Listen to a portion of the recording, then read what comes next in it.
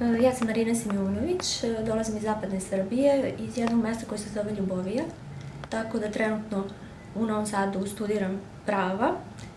Apsolventkinja sam na Pravnom fakultetu i aktivna sam u nevladinom sektoru unazad 6,5 godina. Poruka je da se bore i da je obrazovanje jako bitno, ali nije presudno u borbi za bilo šta. Najbitnije je da ne ćute, da govore o svojim problemima, pre svega da dele probleme sa svojom porodicom, da su iskrene prema sebi i prema drugim. Pa zapravo, iako sam mlada i imam dugogodišnji staž iza sebe, i sve to radim iz jednog prostog razloga. Želim da doprinesem rešavanju problema Romkinja.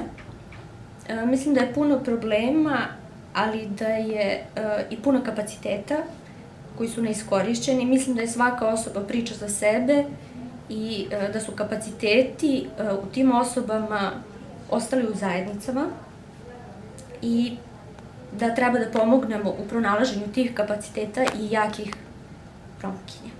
I upravo to je i moja motivacija. Želim da kroz moj neki budući rad se usmerim na mlade Romkinje, pre svega na studentkinje, zato što mislim da su to kapaciteti koji mogu da pomognu kako svojoj lokalnoj zajednici, tako i Romkinjama na nivou države.